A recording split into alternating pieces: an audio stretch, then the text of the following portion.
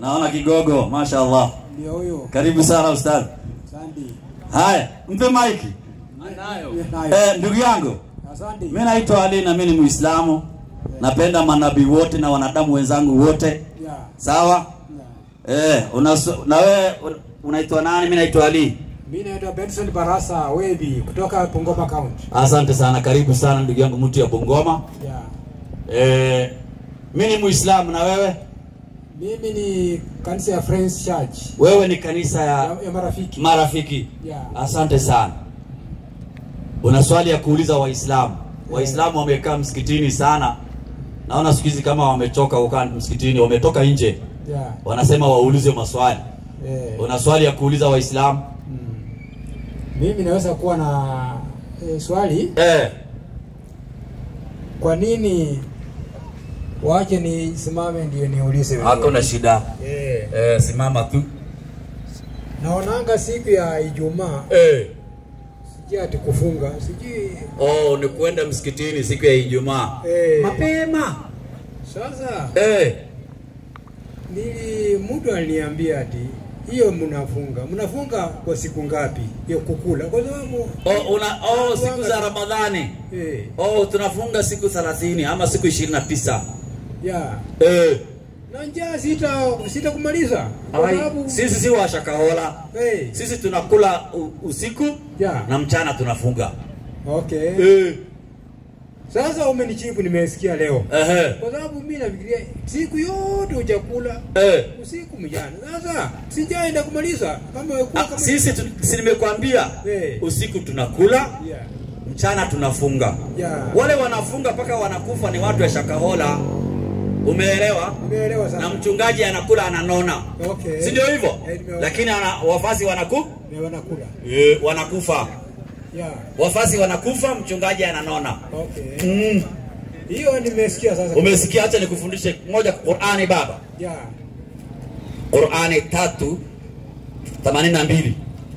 182. Qur'ani ngapi mwalimu? 3:182. Qur'ani 3:182. Mwalimu wangu hapa nishafika. Twende baba. Qur'ani 3:182. Kwa jina la Mwenyezi Mungu mwingi wa rehema mwenye kurehemu. Inasema haya ni kwa sababu ya yale 2:183. 2. Unageuza tu kibao. Waislamu pande, Waislamu wote 2:180. Waislamu mashaallah. Kumbe Waislamu Kitala wako wengi sana. Asalamu alaykum Sheikh. Mashaallah, asalamu alaykum. Karibu sana. Mimi naitwa Ali na wewe? Jenga. Modoanyo bajenga. Uka. Haki ya Mungu. Hawa ni familia kubwa. Tulia hapa. Waislamu payana nafasi na huyu mwingine. Asalamu alaykum. Mimi naitwa Ali na wewe? Ibrahim. Muislamu Karibu sana Ibrahim. Waislamu hii watanunua. Waislamu njoo tu usiwe na wasiwasi. Waislamu hii machungwa isikae ikuliwe. Hizi machungwa zote ziishe. Hai. Kaa hapo baba. Waislamu nunua hizo machungwa. Weka juu ya meza watanunua. Haya. Soma baba. Okay. A'udhu billahi minash shaitani rajim. Ndio. Andiko linasema ni Qur'ani suratul Baqara aya ya 2:182 baba. 83 anzia. 83 tukimbie. 83 mbio. Inasema enyi mlioamini. Mpe maiki. Enyi mlioamini. Tunaambiwa enyi mlioamini, sawa? Sisi Waislamu tumeamini Mwenyezi Mungu. Na wewe? Mimi unajua mimi nimeamini pia Mungu.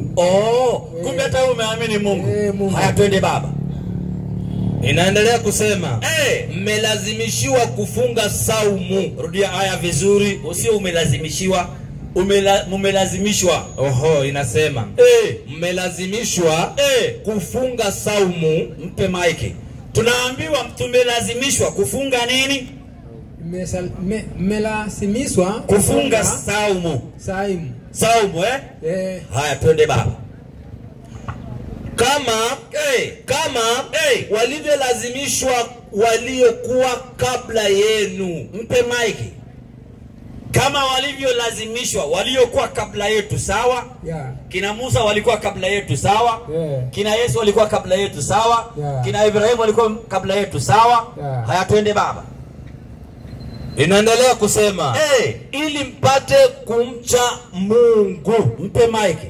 Ili tupate kufanya nini? Kumcha Mungu. Kumcha Mungu, sawa? Tuwe wacha Mungu, sawa? Umeelewa? Hiyo andiko kama hiyo hujaona kwa Biblia? Iko. Yoeli 1:14 baba. Kitabu cha Yoeli. Kitabu cha Yoeli. Yoeli 1:14 karibu na Hosea. Karibu na Hosea. Hiyo ndio mwisho wa kitabu huku. Haya, twende baba. Kwa agano sijui kale. Agano la kale, sio agano jipya. Yoeli mimi nimefika. Ngapi mwalimu? 1:14 ama 2:14, angalia ama 15. Sawa, wacha niangalie kwa 2 hapa, niko kwa 2:14. 14 inasema ni takaseni saumu. Inasema pigeni tarumbeta. Ndio hiyo. Pigeni tarumbeta. Tarumbeta safi. Hiyo ni katika 2 Yoeli 15. Inasema pigeni tarumbeta. Mpe maiki. Biblia ambaye ni aya Yoeli inatuambia tupige nini? Tupige tarumbeta. Okay. Ndio Waislamu ikifika wakati wa Ramadhani, mpe maiki. Ikifika wakati wa Ramadhani ama wakati wa saumu, Waislamu wanatangaziwa kwa vyombo vya habari. Zamani hakukuwa na vyombo vya habari, watu walikuwa wanapiga kelele usiku. Wanasema sahur, amka ukule chakula. Sawa? Haya, twende baba. Inaendelea kusema katika Sayuni takaseni saumu. Mpe maiki. Qur'ani imesema tumelazimishwa kufunga saumu, sawa? Na Biblia inatuambia tutakase nini? Saumu, sawa?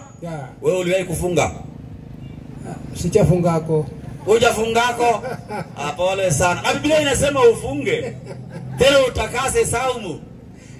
Nimesikia. Umesikia? Lete swali lingine sasa. Swali lingine mzee wetu naulizwa kama unalo. Madaktari wako hapa anakutia. Madaktari wako hapa. Wewe uliza swali. Sasa. Mimi kama ni mfriends kanisa ya marafiki. Nimetamani hata umekuja paka kwa roho, nimesikia uzuri sana. Kumbe kwa makanisa baba alikuwa Muislamu. Asante. Na wewe ulipenyea wapi ukaenda kanisani? Sasa sisi mama nami tukafuata mama kanisa ya marafiki. Na baba ni kama mimi, wewe umekuja tangu nikaa Kitale hapo, sijaona mkikuja hapa mkuhubiri. Sasa nilikuwa napita hapa naona. Na leo Waislamu sijaona wanakuanga tu ndani hapa. Kama wamekosea njia. Sasa kwa nini wanakuja leo nje? Wanahubiri kama kanisa ingine. Asante. Sasa bila umezungumza, nimesikia mambo yameniingia sana. Ni kama naweza fuata baba yangu. Asante. Sema ashhadu, kaa chini. Ndio tunaenda msikitini hivyo. Allahu Akbar. Sasa mimi baba Muislamu alikuwa na Rashid. Anaitwa Rashid.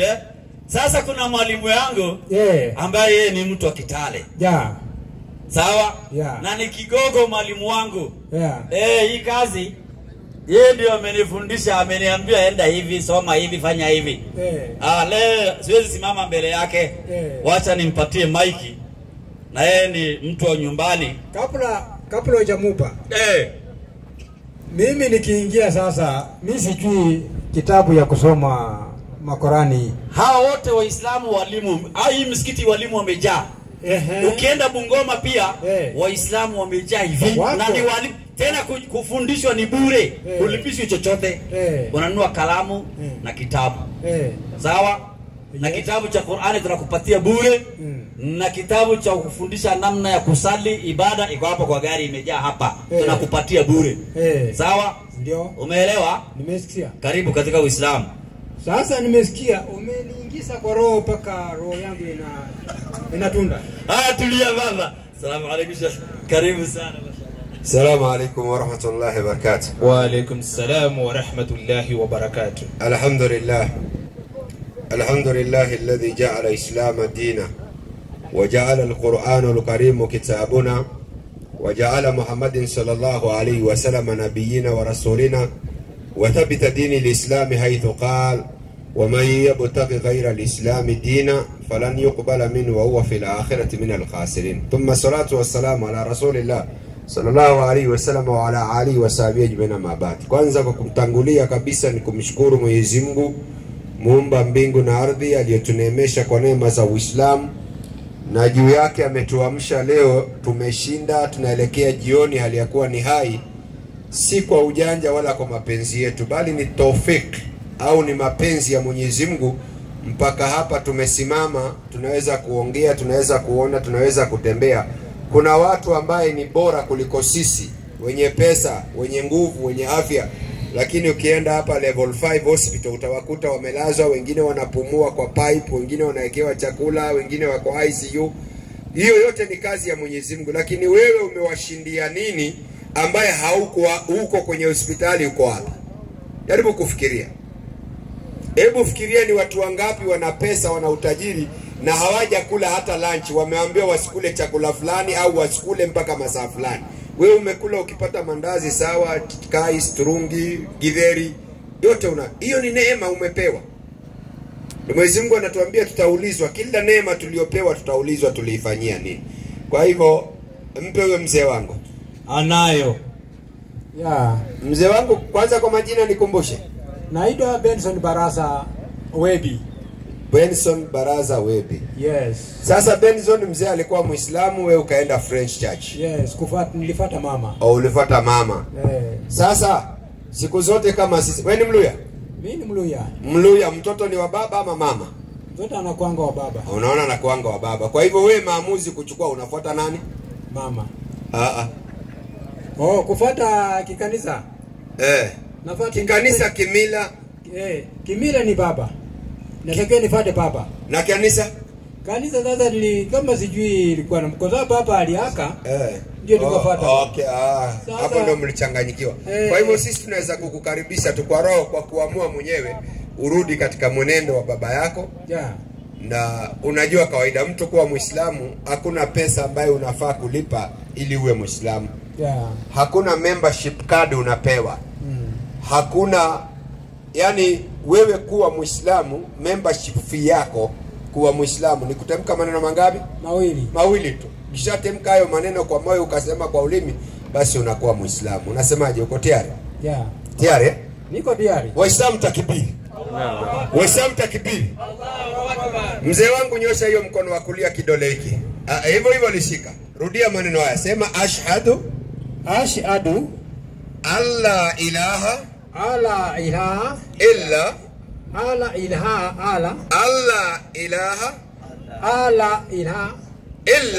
illa Allah wa ashhadu sema wa ashhadu anna Muhammadan Rasulullah. Sema nimekubali kwa moyo. Nimesema kwa ulimi. Ya kwamba hapana mola anayefaa kuabudiwa kwa ukweli isipokuwa Mwenyezi Mungu peke yake. Nimekubali nimeshuhudia ya kwamba hakika ya Muhammad ni mja na ni mtume wa Mwenyezi Mungu. Waislamu takbiri. Allahu Akbar. Na kwa maneno hayo machache na vile vile kuanzia mitume wote, sisi hatuna ubaguzi. Yesu mwana wa Mariamu ni mtume na ni mja wa Mwenyezi Mungu. Hatuamini kama ni mtoto wa Mungu wala ni Mungu katika utatu mtakatifu, kwa sababu Mungu hana hiyo sifa. Mungu siye kiumbe wala mzazi, wala Mungu hana mfano. Yeye ametukuka, amekaa katika nuru isiyoweza kukaribiwa. Kwa hivyo wote hawa waliyetimu waliotajwa katika Biblia na Qur'ani walikuwa ni watumishi tu. Mwalimu wangu, hebu nipigie kitabu cha Waibrania 3:1. Waibrania 3:1, alafu nipigie Qur'ani 2:136, Mzee wetu tumkaribishe kwa jina mzuri kabisa. 236. Tumuongeze, atakuwa na majina manne kama Hobbit. Tuanze na Qur'ani ngapi mwalimu? 236. Mwalimu 236. Inasemaje? Waislamu ndio imani peke yake duniani isiyowabagua manabii, lakini inatofautiana na watu kwa itikadi ya kuwapandisha baadhi ya mitume au waja au malaika kuwa pamoja na Mwenyezi Mungu. Hiyo ndio itikadi Waislamu wanakataa. Waislamu wamebaki kumpwekesha Mwenyezi Mungu. Sema. Ndio. Sema. Nyinyi Waislamu. Sema nyinyi Waislamu. Waambie Mayahudi na Manasara. Waambieni Wayahudi na Wakristo. Waambieni. Tuwaambie hivi. Tumemwamini Mwenyezi Mungu. Sharti ya kwanza ya mtu kuwa Muislamu ni kumwamini Mwenyezi Mungu mmoja wa peke yake asiyekuwa na mfano. Ndio? Na yale tuliyoteremshiwa. Katika imani yetu tunaamini hii Qur'ani ni maneno aliyoteremshiwa Nabii Muhammad aliyekuwa nabii ummi, mtume asiyejua kusoma wala kuandika bali alifundishwa na Mwenyezi Mungu. Twende. Na yale yaliyoteremshwa kwa Ibrahimu na Ismaili na Ishaka, ndio, na Yakubu na kizazi chake Yakubu, na yale waliopewa na waliopewa Musa na Isa, na pia yale waliopewa manabii wengine. Tunafanyaje sisi Waislamu? Maliza. Wote inaendelea kusema wote kutoka kwa Mola wao, hatutafautishi baina yao yeyote katika hao. Ndio. Wote tunawaamini na sisi tumenyenyekea kwake Mwenyezi Mungu. Hii ndio msingi mkubwa wa imani ya Kiislamu. Nipigie Waibrania 3:1. Waibrania 3:1. Inasemaje? Mwalimu, inasemaje?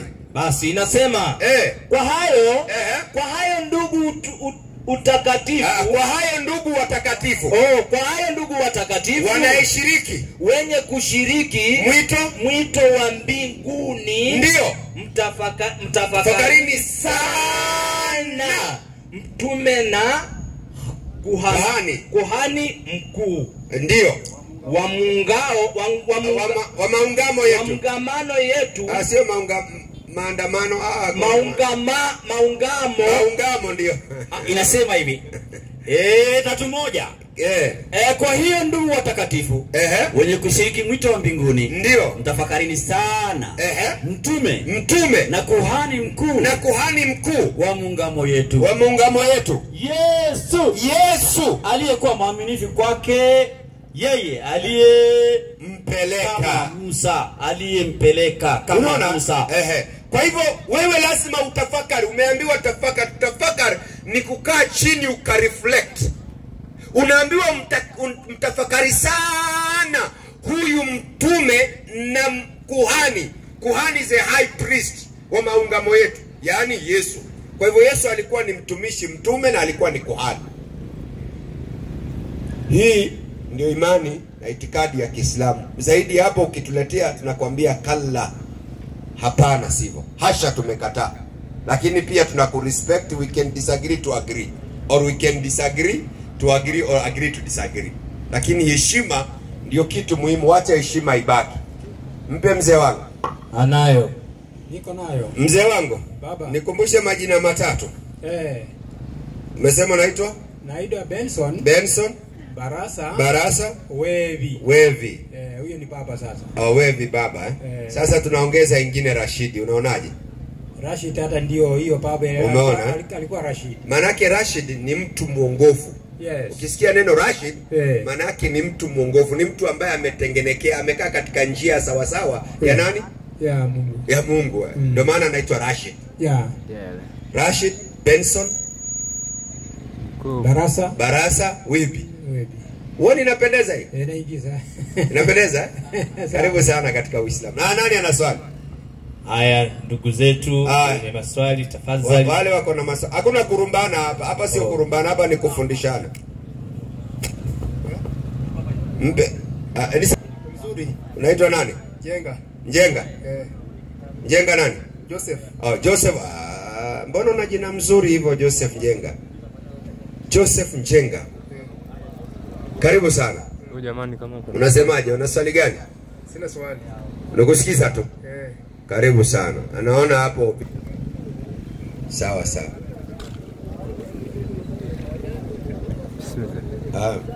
Haya mpeo ndugu yetu pia. Tumsikie. Karibu. Jamani leteni na kiti moja. Leteni na kiti moja mzee wangu huyo akaya hapa. Leteni mzee wangu huyo akaya. Kijana kwa majina?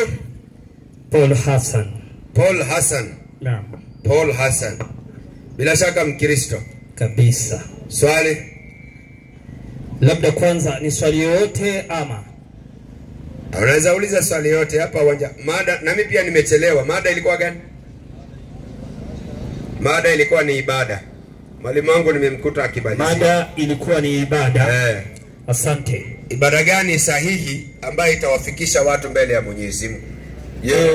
Ni kuimba, kupiga magoti, disco matanga au kuswali, kufunga? Sawa. Ndio. Vitu ambazo unauliza ni vitu nzuri kabisa. Na masala ya ibada ni masala muhimu kabisa. Lakini ningetaka nijue, kwa sababu katika Waislamu wanasema ni sisi ndio tunaofanya ibada ya manabii na mitume. Watakuwa ni warongo. Watakuwa ni warongo Waislamu. Warongo tena wakubwa. Ukisikia Muislamu anasema si warongo. Sawa. Lakini swali yangu ni hii. Je, katika Qur'ani ndio kuanzia suratul Fatiha very good mpaka suratul Nas kunayo aya inayosema Waislamu wasiimbe? Waislamu wasiimbe. Waislamu wasiimbe? Ndio. Sijaona hiyo. Hakuna. Na hiyo kuna inasema waimbe. Maana wewe katika introduction yako Salim Deda, angalia nisikize Paul ni mwalimu taratibu Nimesema sijaona, kwa hivyo haipo. Hebu nikuulize swali nyepesi. Je, wewe unayo andiko katika Qur'ani Waislamu waimbe? Si ndio mimi nimeshindwa, kwa nini hamuimbi? Kwa sababu hatujaambiwa kitu, hatujaamrishwa tofauti. Tunafanya ibada tuliyoamrishwa na Mwenyezi Mungu. Kwa hiyo kuimba, Mwenyezi Mungu anasema wama umiru illa liya'budullaha mukhlisina lahu din. Hivi ndivyo tuliamrishwa kumwabudu Mwenyezi Mungu. Na kumwabudu Mwenyezi Mungu tunaambiwa turukuu, tusujudu, kusali. Hebu mpewe 22:77. Hivyo ndivyo tuliamrishwa. Kwa hivyo kama Mungu hakutuamrisha tuimbe, hatuwezi kuimba kwa sababu tunafuata aliyotuamrisha Mwenyezi Mungu. Mungu alituambia tumwabudu. Je, tunamwabudu vipi kama alivyotuamrisha tumwabudu? 22:77 Qur'an. Inasemaje mwalimu wangu? Inasema enyi mlioamini, salini, rukuuni na sujuduni na muabuduni Mola wenu. Mpe Polo ako ana chat sijui. Amasha tu. Kijana, acha jazba mshumaa. Wewe ni msomaji. Acha jazba, acha kazi yako, soma tu. Mambo ya walimu achana nayo. Na kusikiliza. Kwa hivyo tumeambiwa hatukuamrishwa ila kumwabudu Mwenyezi Mungu na kumtakasia dini. Tukaambiwa katika Qur'an tunaabudu vipi? Akasema enyi mlioamini, rukuuni, sujuduni, muabuduni. Na kusikiliza? Hukusikia. Mimi ni wakuuliza swali. Fanya taratibu. Ndio maana mimi nimekaa kimya. Mpe arudie tena. Linasema enyi mlioamini, salini, rukuuni na sujuduni na muabuduni Mola wenu na fanyeni mema ili mpate kufuzu. Ndivyo inasema mwalimu. Haya, mpe maiki. Na kusikiliza? Na nishamaliza, nishafunga chapter. Mimi kwa mujibu ya Uislamu tunapoangalia katika kuswali, swala ama tunaposema ibada, neno ibada ni ismu jamu, ni neno lenye mkusanyiko linalobeba maneno na vitendo. Si ni ukweli? Kabisa. Katika ibada ya Uislamu kuna sala iliyo na tashahudi ya kwanza na tashahudi ya mwisho. Katika sala kuna mahali ambako Waislamu mnakata atahiyatu, Na katika hiyo atahiyatu mnasema atahiyatu lillahi wa salawatu ila akhir. Je, katika manabii na mitume, nabii gani ambaye kuanzia Adam, Nuhu, Ibrahim mpaka Muhammadi aliyetamka yale maneno katika ushahidi wa Qur'ani ya kwamba tutakapokaa tunyooshe kidole tuseme atahiyatu lillahi wa salawatu? Ni nabii gani aliyeifanya? Na kama hakuna nabii, nyinyi mmeitoa wapi? Mpe huyo. Sasa hiyo swali mimi kwa nafikiri nauliza swali kubwa. Aliyefanya Musa akafanya na Isa. Qur'ani 48:29. Oh. 48:29. Hapa unacheza na profesa. Mwalimu wangu. Na sio profesa ya wa university, profesa ya wajinga wote duniani mimi. 48 tena mimi na kitu kinachoitwa NDA. Degree peke yake ama PhD hana mwanadamu mwingine yote isipokuwa mimi Salim Deda. NBA, normal between abnormal. Twende mwalimu. Inasemaje? Muhammadi ni mtume wa Mwenyezi Mungu. Na walio pamoja naye ni wenye nyoyo thabiti mbele ya makafiri. Tugende. Na wenye kuhurumiana wao kwa wao. Utawaona wakiinama kwa kuruku na kusujudu pamoja, wakitafuta fadhila za Mwenyezi Mungu, athari yao na radhi zake. Athari yao utaziona juu simau fi wujuhi min athari sujud. Utaiona athari yao juu ya nyuso zao kutokana na tahadhira ya kusujudu, hatari ya kusujudu, wakitafuta fadhila za Mwenyezi Mungu. Ndio. Maliza. Nimemaliza mwalimu. Anatafuta nabii aliyesoma tashahud. Wanatafuta nabii aliyesoma tashahud. Oho. Inaendelea kusema mwalimu. Baridi kidogo inatusumbua. Na mfano wao. Oho, inasema unanichanganya. Huu ndio mfano wao katika Taurati na mfano wao katika Injili. Mpe. Ndio hii. Ni ukweli. Naamini wewe ni profesa wa wajinga. Nani kapewa Taurati? Kabla kwanza tujienda. Ngoja taratibu. Umesibitisha. Ngoja. Salim Deda, samani. Kama ni ubishi nitawacha mic. Kati ya mimi na wewe nani alisema ni profesa wa wajinga? Si ni wewe? Na ninaamini wewe ni profesa wa wajinga kwa sababu ulichoulizwa sio ndio unayojibu. Uliulizaje? Nilikuuliza. Labda nikuoneshe kwa ishara. Mimi nitaonesha kwa ishara. Acha nionyeshe kwa ishara nini nimeuliza. Hiyo ni jazba. Si jazba. Uliulizaje? Niliuliza. Sikuuliza sijida. Unaenda kwa katika suratul Fathi. Kwani ngoja unisamehe nisikilize na mimi. Taratibu. Ili ukae katika tashahadu unafanya nini ili ukae? Wewe nani Ramadhan? Mimi sikuuliza tashahud. Ngoja. Unarudia ni ule ngoja kidogo. Ukitoka katika kusujudu uulize basi. Very good. Ukitoka katika unajua kitu moja inajua unataka uoneshe unajua. Bali haujui. Ninajua. Sasa ili kama unajua alhamdulillah. Sikiliza kitu moja. Ninajua. Sikiliza basi. Sikiliza alhamdulillah kidogo. Kama wewe ni mwalimu usiniambie mimi kama fanya aje. Kama wewe ni mwalimu usiniachie nizungumze. Taratibu nitakuachia na lugha ya nini? Ngoja nitanyamaza. Unaniambia najifanya, sijifanyi ninajua. Shahidallahu annahu la ilaha illa hu wal malaikati. Malizia. Anajua. Ninajua bwana. Unajua acha wengine wakusifu. Sio ujisifu. Mimi sijisifu. Ukisema wewe ni mwalimu, sasa mwalimu, mimi ni mwanafunzi nakubali. Katika swala ya Uislamu kuna tashahudi. Sivyo? Labda kwa wale ambao hawajui ndio maana nilitaka nionyeshe kwa vitendo na sijui kwa nini unakataa nisioneshe. Nimekuuliza umeuliza nini? Asungeacha nionyeshe.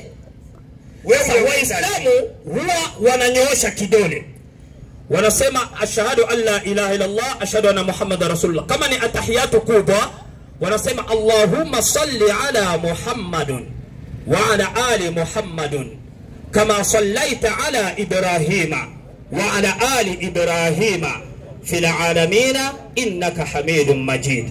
Hiyo ni shahada kubwa. Hiyo mkono kukaa hivyo, kupiga magoti chini, ananyoosha kakidole. Ni nabii gani katika mitume aliyetamka maneno hayo kuanzia Adam, Idrisa, Nuhu, Ilyasa, Saleh, Hud mpaka Isa ambao walitangulia? Maana Qur'ani inasema simahum fi ujuhihim min athari sujud, na hiyo ni mfano yao katika Taurati, Injili na Zaburi. Mfano wa nini? Ya sijida katika Taurati. Nisikilize basi. Umetoa katika sura Pea msomaji asome. Hebu rudia katika hiyo suratul Fath. Ngoja kidogo, mpe mic. Ni mpaka tuelewane na wewe. Simekwambia mimi profesa. Kuna profesa mchongo, profesa wajinga. Kuna PhD za kutunukiwa. Sio kila profesa lazima awe amesoma. Mimi yangu ni zingine ni za mchongo. Ngoja tu. Mimi ni NBA and I'm proud of saying that. I'm a professor of the ignorance people all over. I'm the only human being professor wajinga. That one I can tell you for free. Uzuri mimi si mjinga. Ngoja, asijasema. Lakini ukienda hivyo, ngoja taratibu. Nisikilize Ndeda. Angalia Paul. Ukienda hivyo, sijasema wewe mkutano wako, ngoja kidogo. Ili hali fundisha kwa njia nzuri. Ngoja. Hawa wote wanaosimama hapa, hebu nionyeshe nani mjinga katika watu wanaosimama hapa. Yohane. Kwa hawa watu wote hapa, toa umoja useme huyu ndiye mjinga. Ushamaliza? Unajua Qur'ani inasema, Qur'ani, ngoja kwanza, unaenda kinyume na Qur'ani, maana katika suratul Hujurat unaongea sana. Aya inasema ya ayuhan nas, ngoja unaongea sana. Khalaqnakum min dhakari wa unsa wa ja'alnakum shu'uban wa qabaila litaarafu inna akramakum 'inda Allahi atqakum. Kwa mujibu ya Qur'ani musikejeliane. Wewe unakejeliana, wewe ni mfuasi wa Qur'ani ama mpinga Qur'ani? Hebu weka watu wazi. Shamaliza. Mpe mic, niko na yeye. Narudia tena, mimi profesa ya wajinga. Kwani ninaposema mimi profesa ya wajinga, kwani hakuna wajinga duniani? Nani mjinga hapa kwa watu wanaokusikiliza? Hapa mjinga. Mimi ndio profesa. Kwa hiyo time yenye utenda kwa wajinga uwe profesa wao, lakini hapa hakuna wajinga. Jibu kile unachoulizwa. Ngoja nikuulize swali tu la kitaalamu. Mtu akiwa makanika alafu aje kanisani, aambiwa asimame atoe ushuhuda, aseme mimi naitwa Salim Ndeda, mimi ni makanika. Hapo kanisani kuna kuwa magari ama garage anatengeneza? Labda siku nitamwona. Nataka hivyo. Anakuwa ni mekanika because ni profession yake. Siku nitamuona nitakujibu. Nisikize basi. Turudi kwa maana hiyo, mfano ni mfano usiokuwa na maana. Unikwepi. Ama mtu akiwa daktari aende supermarket, aulizwe bwana habari, aseme mimi ni daktari. Kwani supermarket iko wagonjwa? Udaktari na mada ya ibada wapi na wapi? Jamani sikizeni. Udaktari na mada ya ibada wapi na wapi? Paul, nisikize mimi, nimekuachia. Mimi najua ninaitwa Paul, lakini rudi kwa mada. Si umeongea ni usipoteze time, rudi kwa mada. Achukua mic mwalimu wangu. Mwalimu ni mbishi ngoja kidogo. Huyu ni mbishi tu. Nilikuwa natoa mfano kuwa mtu anabeba title yake. Haina maana mtu akienda police station alafu anaulizwa na daktari na polisi, maybe alikamatwa ama ameenda kuripoti, akuuliza sir what is your name, aseme I'm doctor so and so. Kwani police station kuna wagonjwa? Na yeye akiwa daktari atawacha title yake nje akienda police station? Sasa mimi ni profesa ya wajinga, sijasema hapa kuna wajinga, maana yake ni title yangu. That is idiotic kind of thinking. I'm sorry to use such a powerful words. I'm sorry, let me withdraw and apologize. You know, when you have a thick head, your tongue is thicker than your brain, then you have a problem. You have a problem. Because someone carries his title whenever you are. Even if you are dead, wanasema doctor, engineer, so and so has passed away. Kwani kunaenda kufanyia nani engineering kwa makaburi? Amezikwa kwa mchanga. That is my title. I don't mean he's guilty of himself because anajua is a foolish. kwa sababu niliposema akaona nimemguza. Anyone to be a fool, but this is my title, Professor Salim Deda wa wajinga duniani. Ni title yangu na siwezi kuacha. Ama mpaka niweke kwa mgongo. Umeelewa? That is it. Sasa yeye ananikanyaga, unasema hapa hakuna wajinga. Jamani, nilisema hapa kuna wajinga. So ninajaribu kutoa mfano ili nieleweke, ndio mwalimu wangu Karioki. Unajua hata jana kuna mwenzake tu alikuja jana. Ndio. Akakuja anataka kuharibu mkutano. Ndio. Ili watu wasielewe na apoteze time. Kwa hivyo yeye biashara yake kuanzia hapo tumeiweka X. Haya, uko na swali? Asante.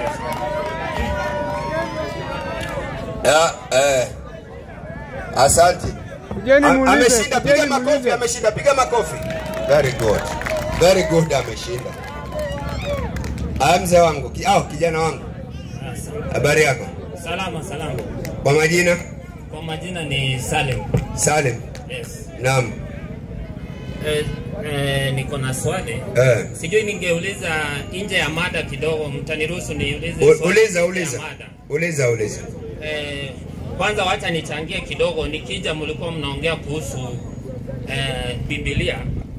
Mkasema kwamba mkatoa mfano kwamba Musa alikuwa Muislamu, mkatoa aya fulani kwa Biblia venye alikuwa anasali. Aya ama andiko? Andiko, mkatoa andiko jinsi alivyokuwa anasali. Ndio. Iko aya, nimesahau iko aya mlitoa. Inasema Musa alisujudu. Kutoka 34:8. Kutoka 34:8. Ndio. Mwalimu wangu hapa nishafika. 34:8 mwalimu inasema hivi. Mwalimu tuko pamoja. Musa akafanya karaka. Ndio. Akainamisha kichwa chake hata nchi. Na akasujudu. Mpe. Sawa, hii ndio aya mmetoa mkisema Musa alikuwa ni Muislamu. Je, venye nyinyi mna swali wa kidogo. Waislamu, huyu ndugu yetu amesilimu. Lakini yeye ni mtu wapi? Ni nafanya kazi Quick Shuttle. Mimi mfanya kazi wa Quick Shuttle. Nataka nisafiri na mdosi wangu Lodwa. Sasa nimeona msikiti hika hapo. Na natarajia Ijumaa najua nitakuwa hapo. Hakuna shida. Waislamu, kwanza mkae naye kabla hajaenda, mpatie taratibu. Na mchukue details zake, ni mtu anafanya kazi hapa. Kwa hivyo Waislamu, nani atachukua namba yake? Haya, mchukulieni, na pia ukifika Lodwa iko msikiti. Anytime Waislamu wanaingianga msikitini mara 5 kwa siku. Haya, kijana wangu, Sawa, mkatoa hii aya mkasema Musa ni Muislamu. Ndio. Kutoka kwa Biblia. Ndio. Je, Musa venye alisali hapa na Waislamu venye mnaswali inafanana? Sasa imesemaje? Utamuona Musa anaruku. Kuruku ni hivi. Ama karaka kwa Kiswahili. Ruku ni lugha ya Kiarabu, karaka hivi. Na kusujudu akamwomba Mungu. Hebu wewe tuambie tofauti iko wapi? Sasa wewe unakubaliana ama unapinga? Mimi napinga. Venye Musa aliomba hapa na Waislamu venye wanaomba ni tofauti kusali. Waislamu wakianza kusali, naona venye wanasali wanaanza iko jinsi wanaenda chini polepole mpaka wanafika chini. Na hapa Musa hakuenda hivyo venye Waislamu nyinyi mnasali. So Musa ngoja, we sikiza. Paul, we nani? We Waislamu kujeni pande hii. Waislamu kujeni pande hii. Waislamu kujeni pande hii. Waislamu kujeni pande hii. Waislamu mkuje pande hii, please. Waislamu, we Sheikh kuja pande hii. Sheikh kuja pande hii. Tafadhali. Na wale mlikuwa mmekuja kuharibu mkutano, tunajua mbinu zenyu. Kwa hivyo nyinyi endeni kwa usalama, please, endeni kwa usalama tafadhali. Mkutano wenu mnafanyaga pale na hakuna Muislamu anakuja kuharibu. Kwa hivyo msituharibie mkutano. Mkutano tuko na barua, tumechukua barua kwa polisi. Kwa hivyo msikuja kutuharibia mkutano wetu. Sisi mkifanya mkutano wenu pale hakuna Muislamu anakuja kuharibu na mnaweka kila siku. Kwa hivyo tafadhali wachaneni na mkutano wetu. Tunaomba tu kwa heshima. Ndio kitu muhimu jamani, amani. Nimesema hapa heshima kwanza kitu muhimu. Tunaweza kukubaliana au kutofautiana, sababu watu wana itikadi na imani tofauti, lakini kitu muhimu ni heshima na vile vile ku maintain peace. This country is a very peaceful country. Very peaceful country. Hatutaki kuharibu uvunjaji wa amani, and we are not there. This is not our purpose. Our purpose is to convey the message, kufikisha risala, imma shakira na imma kafura. Wewe ukitaka unaweza amini kama mzee wetu Rashidi, utaki ulazimishwe. Why should you be agitated? Why should you feel? Kwa nini uchonokowe na huja ulizo? Hii hapa kuna huwezi kuzuia mtu au huwezi kuzuia ng'ombe akiwa amefika mtoni kunywa maji. So let us be peaceful, let us respect one another. Hapa hatuja kuja mabishano, tumekuja kufundishana. Aya Salim, nilikuwa nakusikiza. Kweli hapa tunafundishana. Kufundishana. Ukinifundisha vizuri pia mimi nitakubali. Ama ukatae. Maamuzi ni yako na huwezi kulazimishwa. Qur'ani ndio kitabu peke yake kinasema la ikraha fi din. Katabayana rushdu min al-ghayy. Faman yakfuru bit-taghuti wa yu'min billah faqad istamsaka bil-urwan. Kwa hivyo Qur'ani inasema hakika hakuna kulazimisha mtu na Uislamu. Yule atakayemkufuru twaguti na kumwamini Mwenyezi Mungu ameshika kishiko kisichoweza kufunjika. Sasa sisi kazi yetu ni ndogo tu. Waqulil haqqi min rabbikum faman sha'a falyu'min wa man sha'a falyakfur. Sema huu ndio ukweli umetoka kwa Mwenyezi Mungu. Yule anayetaka amini, asiyetaka halazimishi. These are choice, and this country has a freedom. Kulingana na katiba yetu tuna freedom of choice, freedom of worship, freedom of association, freedom of assembly. Hii ni katiba tumepewa kulingana na article 38 ya constitution. This is our freedom. Kwa hivyo tunaweza kutana tukazungumza mambo ya siasa, tukazungumza mambo ya dini, tukazungumza mambo ya biashara, lakini hapa tumekuja kwa ajili ya dini. Twende Salim. Nimetoa mfano wa Musa. Musa inasemekana hivi. Hebu maybe tuoneshe practically Waislamu huwa wanafanyaje? Mwalimu wangu niachie. Hebu tuoneshe. Simama kwenye kiti. Ngoja kidogo. Sijakwambia uwe Muislamu. Tuoneshe vile Waislamu wanaswali, alafu tuoneshe vile Musa alisali. Very simple as that. Nitatoa pia mfano wa Yesu. Huwa mnatoa pia Yesu. Kabla tuende kwa Yesu, kwa sababu Qur'ani inatuambia utawaona Waislamu wakiinama kwa kurukuu na kusujudu. Huu ndio mfano wao katika kitabu gani? Hebu mwalimu nipigie 49 hiyo. Nenda kwenye point. 49. Nenda pale 48 kwa point. Kwa point tu. Utaona wakiinama na kusujudu athari zao. Huu ndio mfano wao katika. Ndio mwalimu wangu Ali akatoa mfano wa Waislamu kupitia Musa kwa sababu imetajwa ndani ya Qur'ani.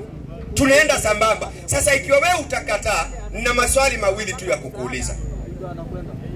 Swali moja lina A na B. Alafu nikae chini. Twende mwalimu. Inasema huu ndio mfano wao katika Taurati. Rudia hapo juu. Utawaona wakiinama na kusujudu. Inasema hivi. Utawaona wakiinama kwa kurukuu. Utawaona wakiinama kwa kurukuni na kusujudu pamoja. Na kusujudu wanakuanga pamoja. Kusujudu ni ukisikia sijida kusujudu ni hivi. Hebu mpe Salim. Sawa, je, Musa ngoja, nimepatia nimekosea. Hivyo so Musa alifanya venye ulifanya hivyo? Ndio mwalimu? Hiyo venye umeomba hivyo. Musa hivyo. Je, Musa alifanya hivyo? Hivyo ndivyo alivyofanya. Soma haya. Ngoja kidogo. Mpe mic. Tufundishane tu. Wewe unasema Musa hakufanya hivi ama alifanya? Biblia inasema Musa alisujudu. Ngoja, alirukuu, anasema akafanya karaka, kisha akafanya nini? Akafanya karaka, akainamisha kichwa yake, akasujudu. Hebu tuoneshe practical, kurukuu ni aje ama karaka ni aje na kusujudu ni aje? Ili tujue Waislamu sio mfano wa Musa. Si maandiko yenyewe imesema venye Musa alisujudu, alifanya karakaka, akasujudu. Yesu anasema na wafundisha kwa mfano. Hebu tuoneshe mfano na Musa alifanya karaka akasujudu. Awacha tuende kwa Yesu kwanza. Taratibu. Hapo utakuwa unanikimbia unanichomoka. Kwa sababu mwalimu wangu alitoa mfano wa Waislamu katika Taurati, akatoa mfano wa Waislamu katika Injili. Ikiwa kuna vitu viwili katika nchi, kuna serikali na kuna position, upinzani. Kwa hivyo kama hauko kwa serikali huko upinzani. Kama huko upinzani uko wapi? Wewe uko wapi? Katika hilo maandiko. Je, unakubaliana mfano wa Musa ni wa Waislamu au unakataa? Labda sijaelewa vizuri, mtanielimisha. Sasa kama hujaelewa, akasema rudi 34:8 mwalimu wangu. 34:8 inasema Musa akafanya karaka. Salim, kufanya karaka ni aje? Mpe Salim. Inasema Musa akafanya karaka, akainamisha kichwa chake hata nchi. Akafanyaje? Hebu tuoneshe practically. Tuoneshe tu practically. Karaka ni wenye naona mnasali. Wachana na sisi, tuoneshe. Kwani wewe si Mkristo? Mimi Mkristo. Unasoma kitabu gani? Biblia. Hebu tuoneshe Musa alifanyaje karaka akasujudu, akainamisha kichwa chake nchi akasujudu. Tuoneshe kwa mfano. Una Roho Mtakatifu? Roho naomba niwe nayo. Hauna sahi. Roho niko nayo. Sasa hebu Roho akwambie Musa alifanyaje karaka akasujudu. Haya, labda mnifunze. Si mmesema karaka ni venye umefanya? Sio sisi tumesema. Sisi tumesema Qur'ani inatueleza utawaona Waislamu wakiinama kwa ruku. Ruku ni lugha ya Kiarabu. Kuruku ni kufanya hivi, to bow down. Maybe if you understand English unaweza kusoma in English. Kuruku ni kufanya hivi, to bow down while touching your knees. Hii karaka inaitwa karaka kwa Kiswahili waliyetumia. Ruku Kiarabu, karaka Kiswahili. Akainamisha kichwa chake hata inchi kama nilivyofanya. Akainamisha kichwa chake hata. Na tunaweza kukutolea mifano mingi. Allahu Akbar. Hivi. Hii ndio inaitwa sijida. Mwalimu wangu akasema huu ndio mfano. Musa alikuwa Muislamu kwa sababu ibada yake alikuwa na sio mara moja wala mbili wala tatu. Daudi alifanya, wana wa Israeli walifanya, Yesu alifanya, Ibrahimu unajua alipoambiwa na Mungu hautaitwa tena Abrahamu bali Ibrahimu, alikuwa ameanguka, paji lake la uso liko chini. Mwalimu akasema huu ndio mfano wa Waislamu katika Taurati na Injili kwa aya ya Qur'ani. Unakubaliana, unapinga? Sawa, ya Musa sijaelewa vizuri. Wacha tuende kwa Yesu. Ande sawa. Kama hujaelewa vizuri, unakubali, unakataa? Hiyo nitaenda kusoma vizuri. Wacha tuende kwa Yesu. Kwani umewacha akili nyumbani? Tuende kwa Yesu pia venye alisema. Kabla hujaelewa ya Musa tutaendaje kwa Yesu? Kwa sababu Mungu anasema huu mfano wa Islamu kwanza unapatikana katika kitabu gani? Injili. Taurati. Tumalizane Taurati tuende kwa Injili. Taurati ni ya Musa. Haya, ni withdraw maneno yangu. Swali C, P. Je, wewe kwa imani yako unasema Musa alikuwa dini gani? Sisi Waislamu tumesema alikuwa Muislamu, Qur'ani imethibitisha, Biblia imethibitisha. Wewe kwa imani yako Musa alikuwa dini gani? Musa alikuwa Mwibrania. Sijauliza dini ya Kiyahudi. Sijakuuliza kabila yake. Alikuwa dini ya Kiyahudi. Kabla ya Yesu kulikuwa na dini ya Kiyahudi. Ninajua hata Wazarai walikuweko. Hebu nikuulize tu kiakili. Dini ya Uyahudi imeanza kabla Musa au baada ya Musa?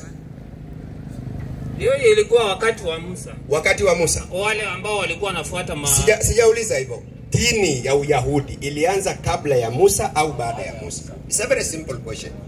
Ilikuwa kabla ya Yesu. Unaongelea Musa. Kabla ya Si umesikia tu mimi naitwa profesa? Ndio. Ya watu gani? Ya watu gani? Washezi. Sasa wewe na wewe usiingie kwa kundi yangu. Mimi naona wewe ni mtu mwerevu. Usionekane wewe kumbe mimi ni mwalimu wako. Mimi nataka wewe unielimishe. Mimi tayari ni profesa ya wajinga.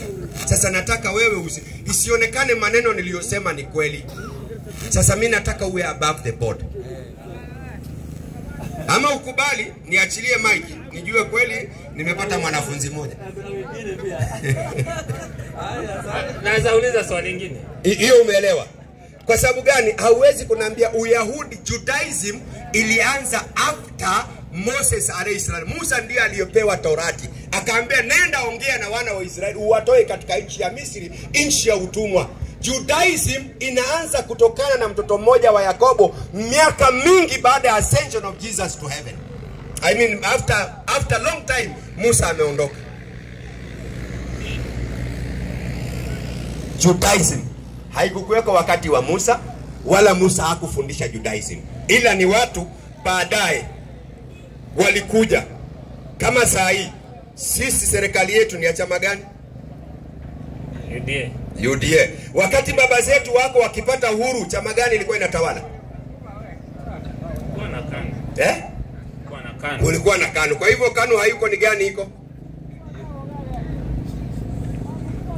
Ongea tu, sio au utachukuliwa na Subaru, serikali ni yetu. Utachukuliwa na Subaru. Ongea tu bila wasiwasi. Chama gani kinatawala? UDA. UDA. Unaonaje tuseme Mzee Moi, Jomo Kenyatta walikuwa UDA? Utaelewekaje?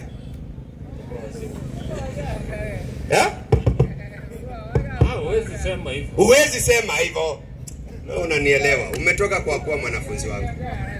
You are now above the ball. Leta swali lingine.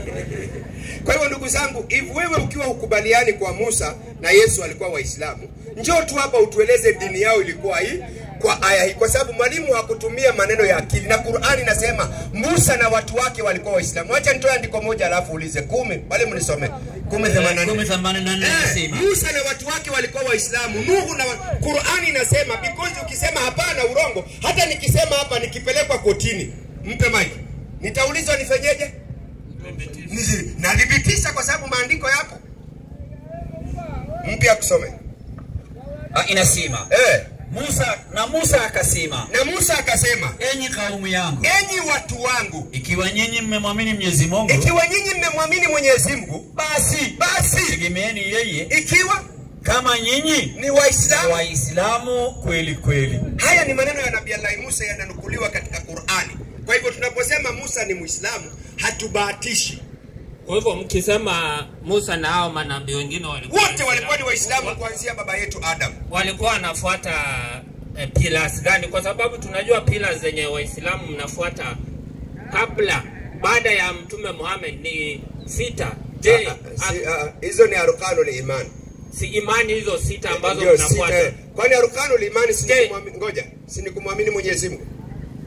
Hizo 6 mnafuata za. Ngoja, hizo sio sita ni arkanul iman. Kama ni arkanul islam ni 5. Hebu tofautisha. Arkanul islam ni 5. Kujua Mungu ni mmoja, swala, zaka, Ramadhani na hajjul bait. Kama ni arkanul iman ni kumwamini Mwenyezi Mungu, wal malaikati wa kutubi wa rusuli mpaka unamaliza. Sasa wewe unataka tujadili gani? Arkanul islam, nguzo za Kiislamu au nguzo za imani? Ni vitu viwili tofauti. Nielewe tu, mimi ni profesa wajinga. Nirekebishe, ni mwalimu wangu. Kuna nguzo ambazo mnafuata, sijui maizi. Za Uislamu. 5. Ni 5. Ya kwanza kuna zaka. Ya kwanza. Wewe sienda kwa zaka, umeruka ya kwanza. Shahada manake ni Mungu mmoja na mtume wake. Sawa. Mungu mmoja. Hiyo ya kwanza, si ndio? Na mtume wake. Kwani Musa aliamini aje? Kuna kufunga. Tusiende, twende taratibu. Musa aliamini aje? Aliamini Mungu mmoja. Mungu mmoja na yeye ni nani? Ambaye ni Mungu. Aliamini Mungu mmoja na yeye ametumwa na nani? Na Mungu. Kwa hivyo aliamini Mungu mmoja na yeye mtume. Na yeye ni mtume. Na Waislamu wanaamini Mungu ni mmoja na Muhammad ni mtume. Draw sio draw. Twende ya pili. Ya pili twende. Swala. Kufunga. Sala. Sasa bosi, kama hujui sema hujui, ni kufundishe. Ya pili ni gani? Sala. Musa alisali hakusali? Lakini ukiweka tu lakini koti napiganga nkap, unaambiwa ngoja judgment. Ukisema tu lakini ndani ya mahakama inapigwanga nkap, inafuatwa maneno uliyosema, either utafungwa ama uachiliwe. Musa alisali hakusali? Alisali. Waislamu wanasali hawasali? Pia wanasali. Very good. Ya tatu? Hii kusali. Ngoja, ya tatu. Wacha nimalize ya kusali. Ya sali umesema hiyo utaenda kufanya research. Sala mnasali mara 5. Musa alisali mara 5. Musa? Naam. Alisali mara ngapi? Musa hakusali mara 5 kwa maandiko. Okay, alisali mara ngapi kwa maandiko? Maandiko haijasema alisali mara ngapi, lakini alisali. Sasa wewe ngoja sawa. Lakini nyinyi mnasali mara 5. Ngoja. Maandiko haisemi alisali? Alisali. Anasema tu alisali, si ndio? Lakini hujui mara ngapi? Hatujui mara ngapi. Sasa kama hujui na sisi tumekuletea andiko alisali mara 5, kwa nini wewe unapinga?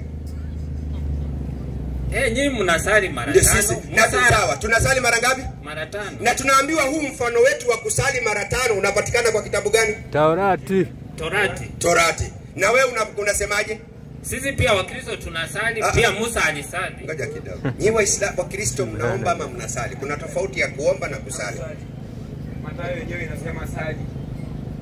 Hebu nieleze. Mnaomba ama mnasali? Ni moja, kuomba na kusali ni totally different.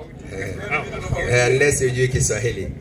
Kuomba sinaweza kukwambia nipe shilingi 500. Naam. Nimesali. Umeomba. Kwa hivyo kuomba sio kusali. Labda kuna tofauti. Umeona kati ya kusali ni hivi, ni mawasiliano yako wewe ya kimaneno na matendo direct kwa nani? Kwa Mungu. Lakini kuomba unaweza kumomba Mungu akupe mwanamke beautiful. Mungu akupe mali. Mungu akupe akili upite mtihani, si ni kweli? Naam. Ukipita mtihani ukienda kufanya mtihani ya geography inakuwa umesali. Umeomba. So tofauti ya kuomba, kuna kitu unachoomba unataka wewe, lakini kusali ni communication ya wewe na Mungu direct kupitia maneno na nini? Na matendo. Hiyo ndio inaitwa kusali. Nanyi mkiwa kusali, salini hivi. Akaonesha hivi, Baba yetu kwanza musali kwa jina la Baba. Hivi manake mtu akwambia sali hivi, amekuonesha haja kuonesha? Kwa hivyo ni matendo na nini? Na maneno ni vitu viwili ambayo unawasiliana nayo moja kwa moja na nani? Na Mungu. Lakini kuomba ni kuomba mahitaji yako. Unaweza kuwa na mahitaji. Unaweza muombea mamako ni mgonjwa, babako ni mzee ampe ape umri, unaweza kuombea ndugu yako ako hali taabani, school fees inamsumbua. Hiyo sio ibada. Yani sio sala. Unaomba kwa mahitaji fulani ya mtu fulani au kwa kitu fulani ambaye inakuhusu wewe au jamii yako au mtu fulani. Unaweza muombea rafiki yako, si ni kweli? Maybe ako na shida ama amepata accident ama ni mgonjwa, si ni kweli? Huwezi kusema ukimwombea Mungu ampe afya hospitalini utaniambia umesali. Kweli. Sijui niulize swali lingine kwa sababu ya masaa. Lete, alafu niende kwa mtu mwingine, ndio? Naam. Sisi kama Wakristo tunajua kwamba Yesu alisulubishwa. Ndio. Wakristo wote tunaelewa kwamba na tunajua Yesu alisulubishwa. Na ni kitu ambayo ilifanyika, ni historia. Alafu kwa Quran, Quran tukufu inasema Yesu hakusulubishwa ila mtu mwingine alifananishwa. Sijui Quran yasema hivyo. Inasema hivyo. Sasa ningependa kujua je, huyu mtu ambaye Quran inasema mtu mwingine alifananishwa akaonekana kama ni Yesu alikuwa ni nani? Kwa sababu Wakristo sisi tunajua kwamba ni Yesu ambaye alisulubishwa. Ushamaliza? Ushamaliza. Mike yako hapo. Sasa kwanza tuelewane hivi. Unataka tumtaje jina yake ama? Naam, nataka mtaje jina yake. Qur'ani haikutaja jina, mpe usikize. Qur'ani 457 inasema na kwa ajili ya kusema kwao sisi tumemua Masihi Isa mwana wa Mariamu, ndio mtume wa Mungu, hali hawakumuua wala hawakumsulubu, bali wale babaishio mtu mwingine wakadhani Nabii Isa. Na kwa hakika wale waliohitilafiana katika haki hiyo ya kumuua Nabii Isa wamo katika shaka nalo jambo hilo la kusema kauawa. Wao kabisa hawana yakini juu ya jambo hili. Ukisikia mtu anashaka manake nini? Hana uhakika. Qur'ani inasema bali walibabaishiwa mtu mwingine. Ingawa haijamtaja kwa jina ni mtu gani, kwa sababu Qur'ani tabia yake ni kueleza history unless kumetakikana umuhimu wa kutajwa. Na kuna wengi mfano wao. Mungu anasema tunawapigia mfano wa bibi ya Luti na bibi ya Nuhu. Tunawapigia mfano wa bibi ya Firauni. Hawajatajwa lakini wamesemekana kwa kuitwa na sifa ya bwana zao. Mungu anapigia mfano wa mamake Mariamu. Anasema na mke wa Imrani alipo. Hatujaambiwa mke wa Imrani jina yake. Mama mwenye kumzaa Mariamu hakutajwa kwa jina, lakini babake alitajwa kwa jina. Kwa hivyo Mungu anapokuwa anazungumza, huzungumza aidha awaite kwa jina la baba zao au bwana zao. Binti za Shuaib waliitwa kwa jina, hawakutajwa jina zao, lakini waliitwa kwa sifa ya baba yao kwa sababu baba yao alikuwa ni nabii. Si kama nimeeleweka hapo? Nakupata. Sasa nikimalizia, Qur'ani inasema bali walibabaishiwa mtu mwingine wakamdhani ni nani?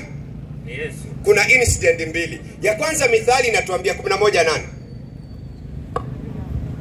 Mambo ya Methali 11:8. 11:8. Alafu nitafutia Yesu kawatokea na sura nyingine nana la khawatak. Hao utatuweza kweli mwalimu? Hawezi. Twende. 11:8 mambo ya Methali. Inasemaje? Inasema hivi. 11:8. Ndio. Changamka. Mwenye haki huokolewa katika dhiki. Mwenye haki huokolewa katika dhiki. Na mtu muovu ataingia badala yake. Mpe.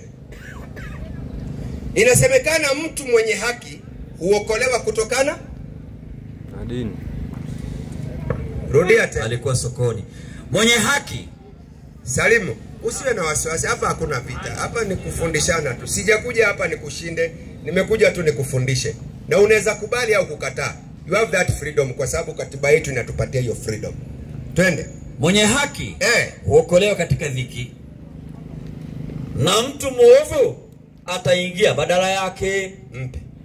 Kitabu cha Mithali kinatupa taarifa, kinasema mtu akiwa akona dhiki na ana haki, Mungu anafanyaje?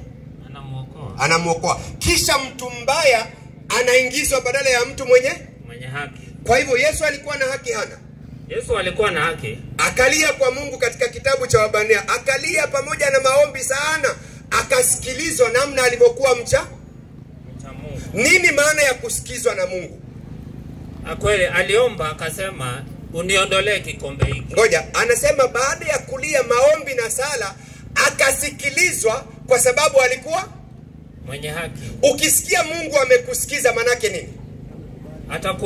Atakuokoa. Manake amekukubalia dua na Yesu hapa akalia katika kitabu cha Bwana, akalia yule awezaye kumuokoa na nini? Na mauti. Kwa maombi na sala akafanyeje? Akakubaliwa. Kwa hivyo mwenye mtu muovu akaingia badala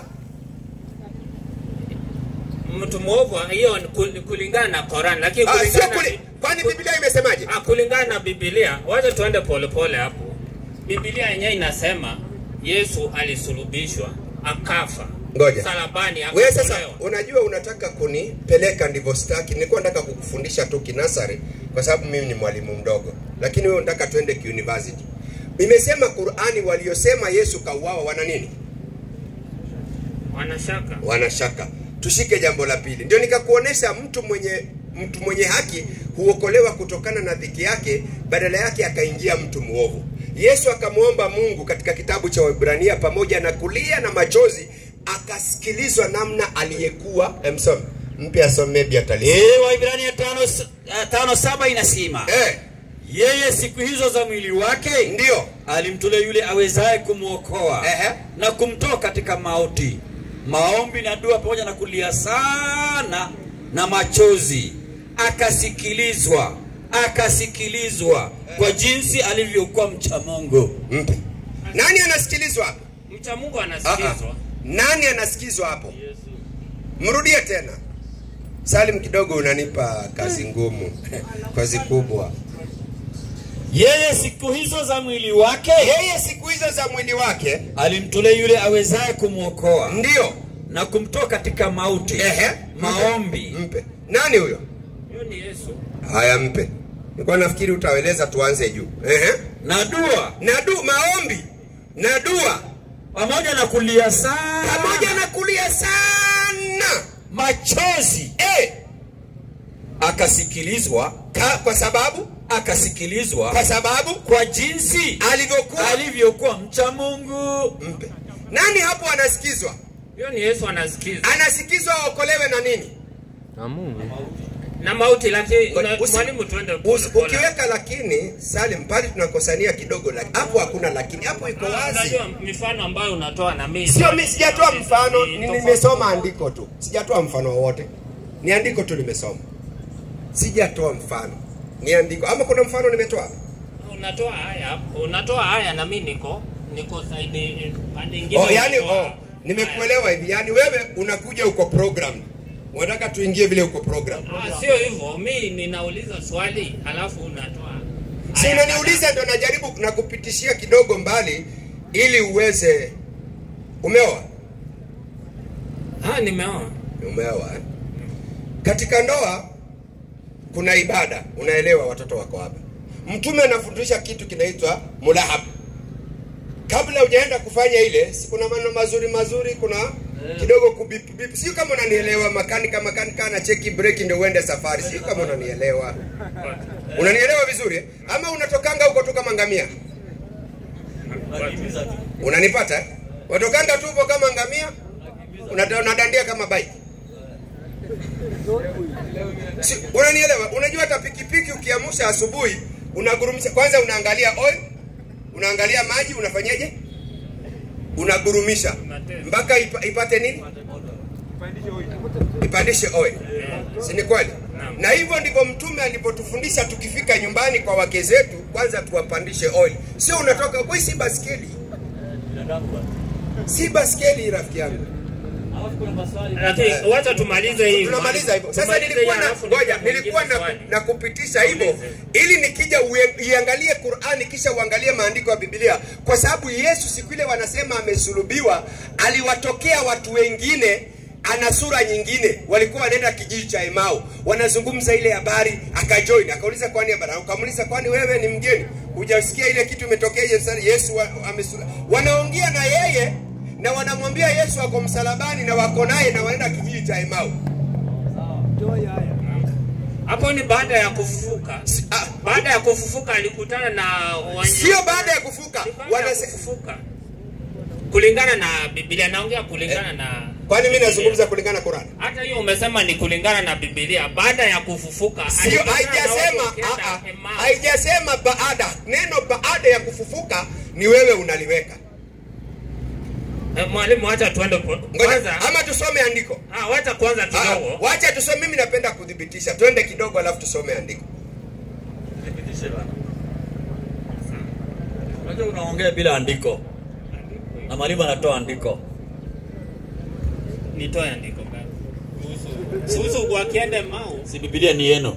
Toa andiko hapa ya kujitetea. Sawa, wacha kwanza. Ongea. Sawa. Wacha tumalize kwanza kusulubishwa. Na Yesu kulingana na Biblia, Yesu alisulubishwa, akaongea akiwa kwa msalaba. Kulikuwa na mwizi kando hapa, mwizi mwingine hapa. Mwizi wa pande akamwambia Yesu, unikumbuke ukifika ufalme wako wa mbinguni. Yesu sasa huyo hakuwa Yesu, alikuwa Yesu akamwambia alikuwa sio Yesu, alikuwa ni mtu amevalishwa sura ya Yesu. Nani huyo aliongea? Huyo hakukuwa, alikuwa nani? Ule ambaye alikuwa amebadilishiwa sura, jambazi. Kwani nani alikuwa anataka kumweka Yesu kwenye matata? Basi huyo aliongea alikuwa nani kwa msalaba? Nauliza. Akiambia yule alikuwa akiongea kwa msalaba hakukuwa Yesu.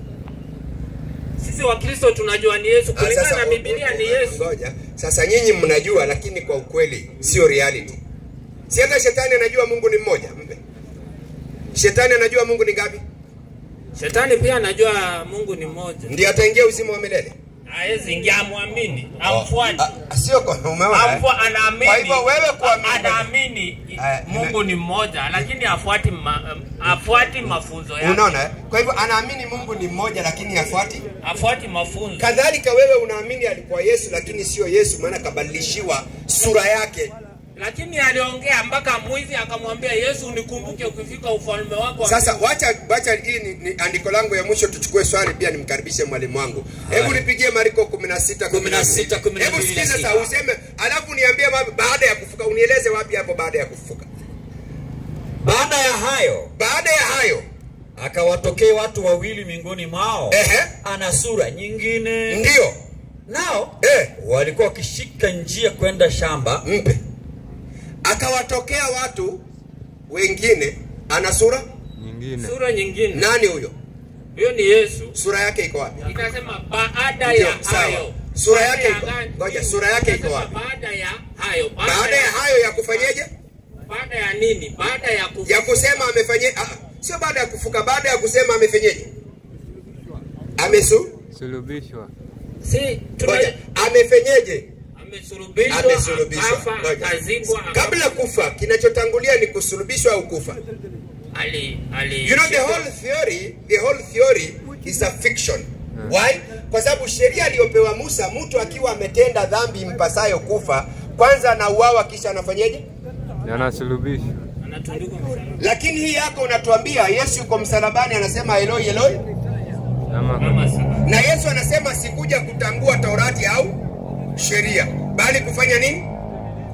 Kutimiza. Sheria ilisema mtu ili asulubiwe kwanza afanyeje?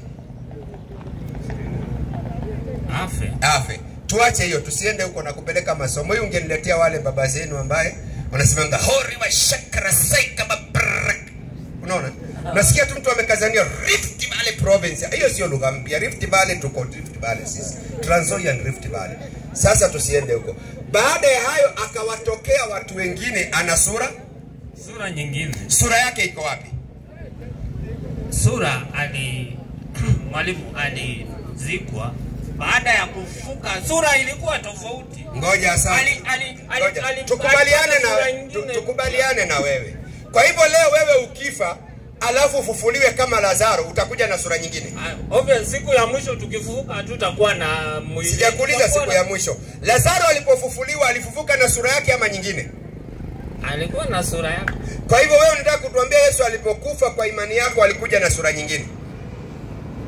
Alikuwa na utukufu. Sijauliza utukufu. Aliwatokea watu ana sura nyingine. Watu wasifenyeje? Wasimtambue. Kumbe wanaongea na nani? Wacha isome. Lakini baadaye ukiweka tu lakini ushanikosesha. Mpe amalize huyo alafu mpe wewe mwingine. Kwa hivyo hiyo ndio itikadi yetu.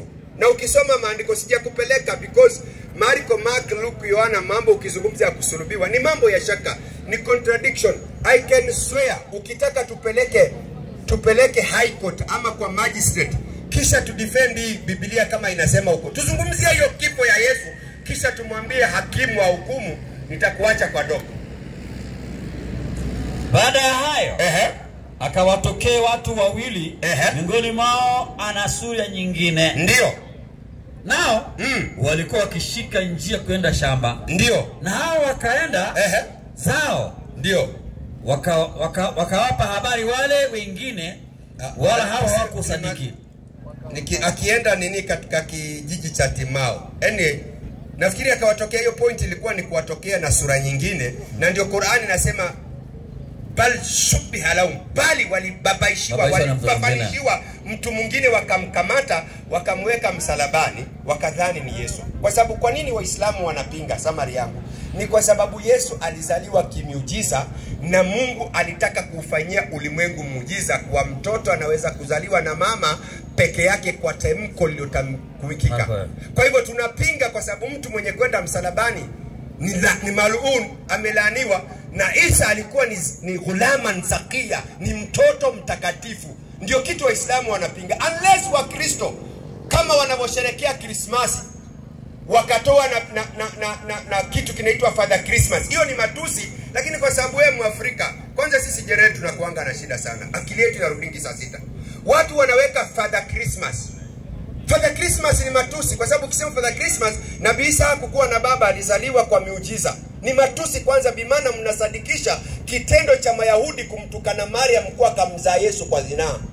Ndio watu wanaweka Father Christmas. Do you know the meaning? Go and study and look at how to... ni sio kitu ya kweli, ni kama tu, kwa sababu hakuna kitu leo wa Kristo wanatuambia ni kweli. Watatuambia Christmas ni kuzaliwa kwa Yesu tarehe 25. Lakini hakuna historia kama hiyo, wala andiko wala hata gazeti. Hizi ni illusions tu watu wametengeneza, kwa sababu hakuzaliwa na wakaweka na Father Christmas. Father Christmas manake baba wa Yesu. Christmas manake Christ ni Yesu, Mas ni watu, wakasema baba ya Yesu wa watu. Matusi sio matusi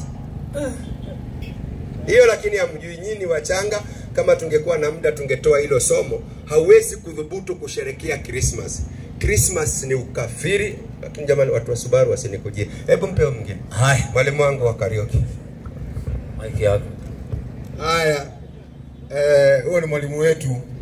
Yeye ndio ametufundisha mambo hii ya mihadhara. Tulimkuta miaka ya zamani wakiwa na ule mzee anaitwa Ibrahim Abdullah. Na mwingine ameenda Canada anaitwa Amani Onasaka. Ndio walimu wetu tuliwapata pale Eastleigh. Ndio ametufundisha sisi. Tumepitia kwao. Kwa hivyo mwalimu wa zamani sana. Tena pia yeye amefanya dawa sana. Wameenda South Africa, kuna wakati wanaenda South Africa, wanaenda Zambia, kuna wakati wanaenda kuhubiria Jerere, wale wako kule Somaliland. Wameenda sana safari, wameenda safari nyingi sana. Kwa hivyo Islam, nafikiri nachukua swali lingine. Hebu nipatie hiyo microphone, nichukue swali alafu niweze kumkabidhi mwalimu wangu. Unaitwa nani kakangu? Naitwa Jekyll Wafula. Jekyll Wafula. Yes. Uko na swali gani jioni ya leo? Wewe ni Muislamu ama ni Mkristo? Mimi ni Mkristo. Swali gani ungetaka kuuliza Waislamu jioni ya leo? Nilikuwa nataka kuuliza hivi. Naam. Kati ya Qur'an, naam, na Biblia, naam, naamini ya kwamba zimethibitishwa kwa wasomaji. Ni kweli? Swali la pili. Hapo ndio yaka swali. No, jambo okay. Okay. Niko tu pale kabla endelea kwa swali. Eleza tu. Nimeuliza hivi. Qur'an na Biblia zimethibitishwa kwa wasomaji. Qur'an na Biblia maneno yaliyomo tumeambiwa ya kwamba yasipunguzwe wala kuongezwa. Kweli? Si ni kweli? Taifuata vile. So swali linakuja hivi. Mambo na kuabudu. Nimekuwa nasikia vile inaulizwa hapa na kusemekana. So naam. Mara wa Kristo tunapiga ngoma, tunaruka, tunashangilia. Kwa Waislamu inaonekana ni jambo si sahihi. So maana ya kuabudu, naam, na kumpa Mungu sifa ni maneno mawili tofauti. Naam. Na Mungu hupenda haya yote yafanyike kwake. So Mkristo anapopiga ngoma, akiruka, akimsifu huyo Mungu, makosa iko wapi? Asante. Swali lako tena ni nzuri kabisa. Sasa mimi nakupatia mwalimu, kabla sijaenda hapa kuna kitabu. Hii kitabu inaitwa Uislamu ndani ya Biblia na Qur'an. Yale mambo tunafanya kama hii ya mihadhara na nini, aya zote ziko hapa za Qur'an na mada zote ziko. Je, Mungu ni mmoja? Je, Yesu alikuwa Mungu? Aya zote ziko hapa. So hii kitabu tutapatia watu, tunapeana bure. Mkristo akitaka tunampatia. Mkristo wale wanataka tutawapatia na Waislamu pia tutawapatia. Kwa hivyo mtulie, lakini sio saa hii. Ni baadaye, sio baadaye. Kama imebaki dakika 5 kwenda swala tutapeana. Kwa hivyo kila mtu atapata kopi yake, aenda kasome. Na Waislamu tukiwapatia hii kitabu, utumie hiyo kitabu kufanya dawa naye. Utumie hiyo kitabu kufanyaje? Kufanya dawa naye. Nafikiri mmenielewa vizuri Waislamu. Mmenielewa vizuri Haya mwalimu njoo. Mwalimu wangu njoo. Salim. Njoo. Alafu madakika naye ni chache sana. Dakika ni chache na pia mwalimu pia anaka ujumbe kadogo inshallah. 15. 15. Naam, hebu mpe kaka. Unasema nyinyi wa Kristo mkiimba tatizo iko wapi? Si ndio hiyo? Yes. 81:1 ya Zaburi. Mambo ni ya Zaburi 81:1 inasema. Naam. Zaburi 81 aya ya kwanza. Naam. Angalia babu nafikiri leo utaacha kuimba. Inasema hivi: muimbieni Mungu, naam, nguvu zetu, naam, nyimbo za furaha. Asante. Shangilieni Mungu wa Yakobo. Asante. Pazeni zaburi. Naam. Pigeni matari. Asante. Kinubi chenye sauti nzuri. Asante. Na kinanda. Pigeni panda mwandamo wa mwezi. Wakati wa bala mwezi. Sikukuu yetu. Kwa maana usifurahi kwa maana ni sheria. Ni sheria kwa Waisraeli. Mpe. Wewe Mwisraeli? Mimi ni katika hiyo ukoo. Maana ni Mkristo na basi wa Kristo kutoka nataka tujue baba. Waisraeli wako kabila 12. Yes. Kenya tuko 43. Wewe kabila yako ni gani katika Waisraeli? Tuko kwa imani ya Biblia, sio imani yawe. Haijasema imani, imesema ni sheria kuimba kwa Waisraeli, si kwa Wakristo. So ndio unaona tunashangaa inaposema na Waisraeli si Wakristo, wao wako na mambo yao. Sasa wewe ukiimba tunashindwa unaimba kwa sheria gani? Because kila mtu anafuata sheria aliyepewa. So sijaona mahali imesema wewe uimbe. tofauti na mambo ya ibada zingine zinakuja kwa jamu, kwa watu wote, lakini nyimbo waliambiwa ni wana wa Israeli kisha wakakatazwa. Wacha niulize swali lingine. Asante. Hapa tu hapa kuhusu kumsifu Mungu. Naam. Kama ilikuwa kwa Waisraeli. Naam. Kitambo. Naam. Ni kwa nini sisi tuandikiwe? Asante sana. Kwa nini sisi tuandikiwe? Yes, na iko hapo. Ni kwa sababu tunaonyeshwa hii sheria haikutuhusu. Sasa ile ambayo inahusu pia wao walikatazwa. 5:23 kitabu cha Amosi. Walikuja wakaambiwa achana nazo. Mambo ni Amosi. Wakati Mungu aliona azileti heshima akawaambia waachane nazo kabisa. Safiri baba 5:23 Amosi. Mambo ya Amosi. Mpeleke pole pole baba. Ndio nampeleka elewe. Unajua anajifikiria yeye ni Myahudi. Yeye ni Mwafrika mwenzetu hapa. Mwafrika, immigration officer wanaweza kuja wakamchukua kwa sababu wanachunguza watu Kenya. Wanaitwa immigration officer, wanaweza kuchukua ukisema Mwisraeli. Inasema hivi, safiri. Kitabu cha Amosi 5:23 inasema, niondoleeni. Angalia hapa. Niondoleeni kelele za nyimbo zenu. Kwa nini? Kwa maana sitaki kuzisikia sauti za vinanda vyenu. Mungu alikuja akasema nyimbo ni kelele ziondolewe, kwa sababu Mungu hataki kusikia sauti ya vinanda. Watu wanafanya Mungu hataki. So Mungu alikuja akaikataza. Mpe microphone. Biblia imesema vile, lakini pia mimi na jambo la kukueleza. Ni Biblia imesema kuhusu kumsifu Mungu kwa vinanda, kwa vinubi, kwa filimbi, kwa Israeli. So, namalizia hivi. Hata nilipokuwa nasikia jana hapa tukifundisha ama mkifundisha hiyo hoja ilikuwepo, mkasema kwamba kulikuweko pia kwenu nyinyi Waislamu wale walikuwa makafiri. Wale waliotenda mabaya. So wale walisaulika. So hapa Mungu, Biblia inapoeleza namna hii, inaelezea kwa watu ambao wameasi huyo Mungu. Sio kwa watakatifu. Wacha tuende vizuri. Yes. Yesu si alikuja duniani? Yes. Aliimba wimbo gani?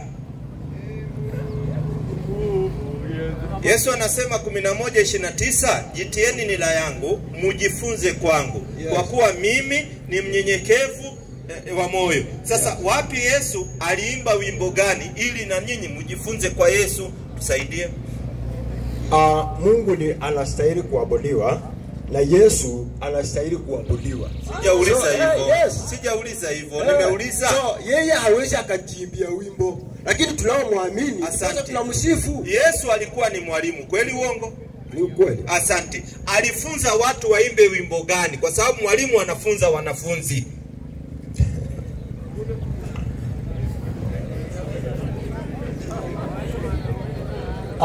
Kwa sababu ya muda. Wewe muda iko, wewe Mkristo wewe. Muda iko. Okay. Wakristo wako hapa pia wanataka kujifunza. Kama hatua muda ipo. Tupatie wewe waamini ya kwamba Mungu, si Biblia tumesoma kwamba Mungu astahili kupewa sifa. So ukiniuliza tena ni sifa gani ilikuwa inaimbwa aje? Sasa unajua ni swali ambalo linachanganya. So hapa tumeandika kwamba Mungu anastahili kupewa sifa. Tulia. So ukiniuliza kwamba ni sifa gani?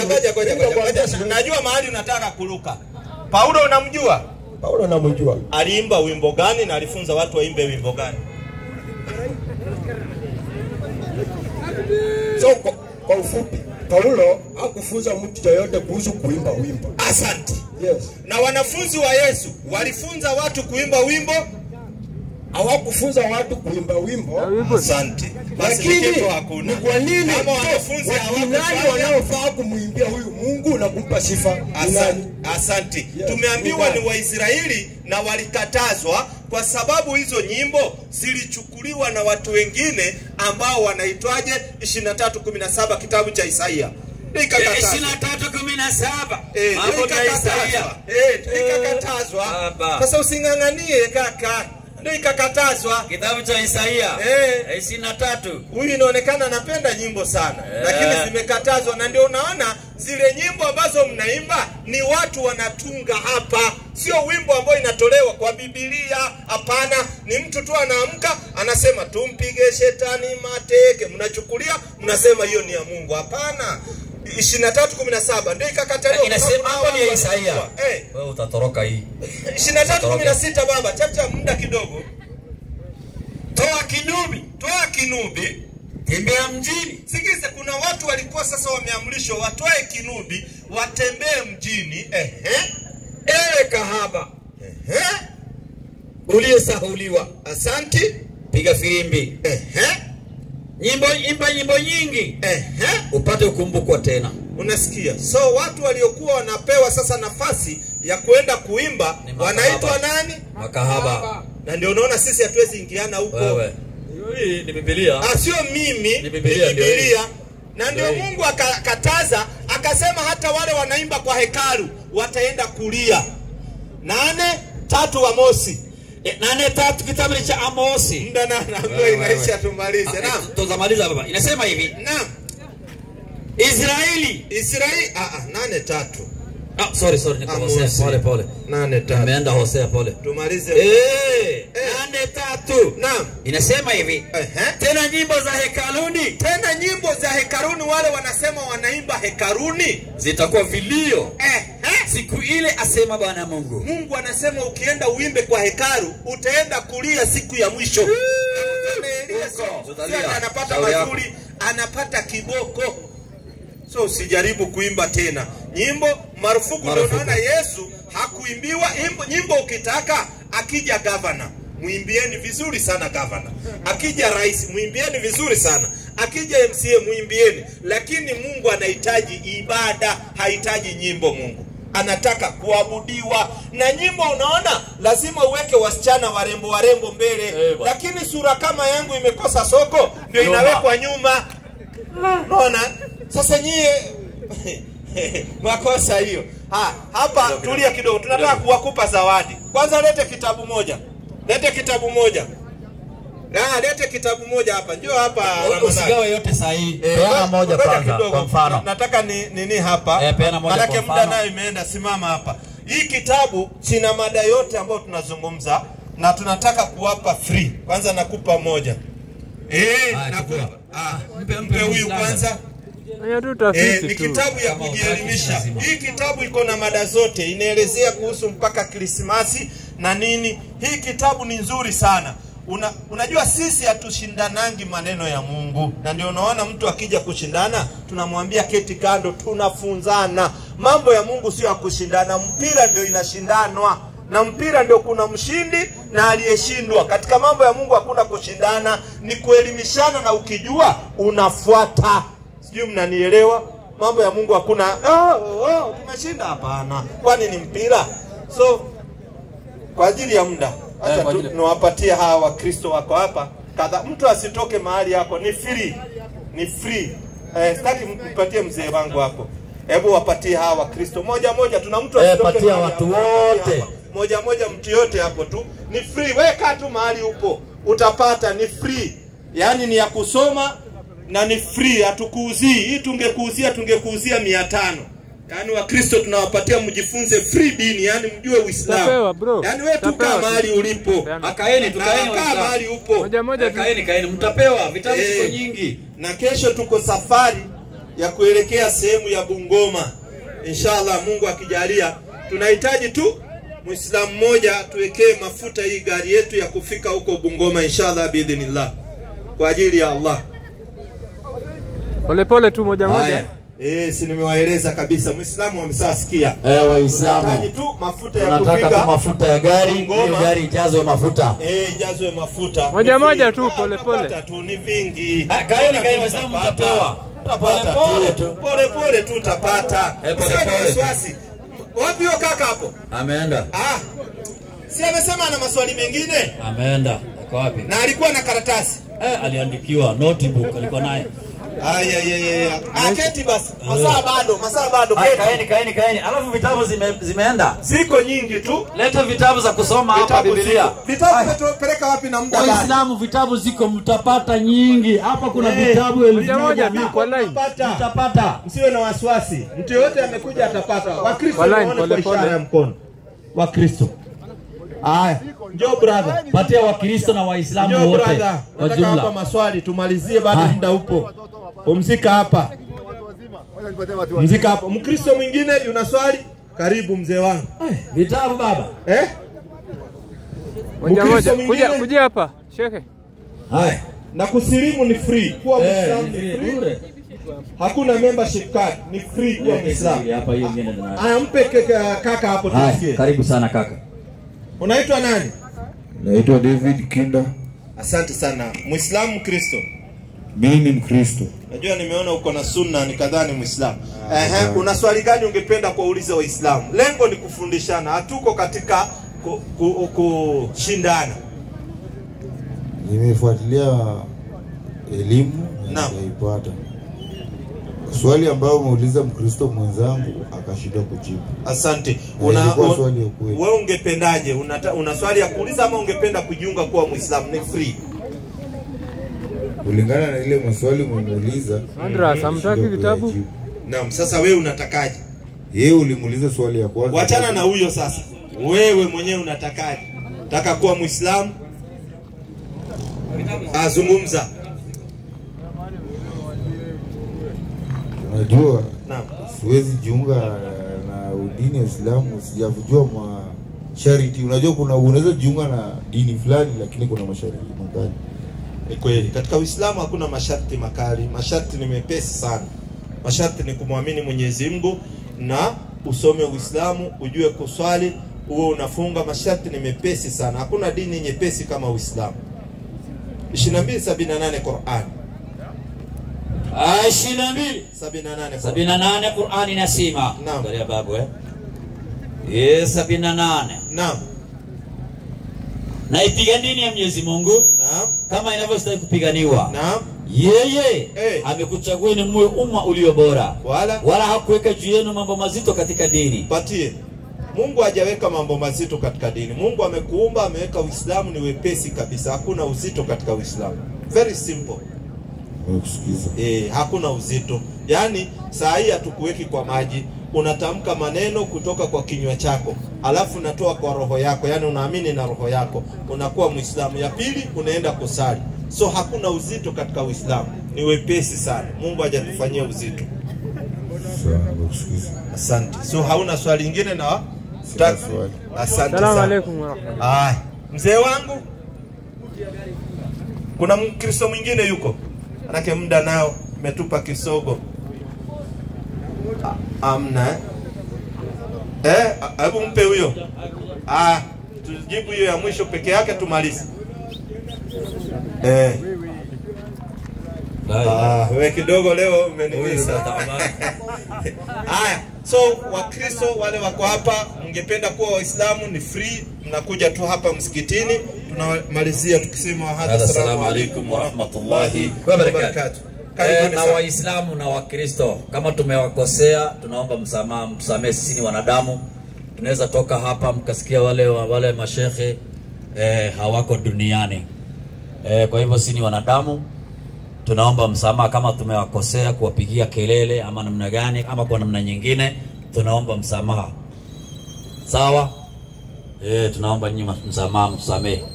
Haya Waislamu, hizi viti zirudi mahali zimetoka. Kisha tunaomba Waislamu, hiyo gari inafaa ijazwe mafuta. Wewe mzee wangu. Kumbe hizi magari zote mbili zinafaa kujazwa mafuta. Na ni mali ya Waislamu. Na sisi sote ni Waislamu. Hizo gari zijazwe mafuta. Mtu mmoja, wawili, watatu, mjitolee. Hai. Assalamu alaykum wa rahmatullahi wa barakatuh. Wakati nyingine inshallah. Hii kitabu ni ya kusomwa, uendi kuweka. Kuna mama pale anataka moja. Wapi? Hapa.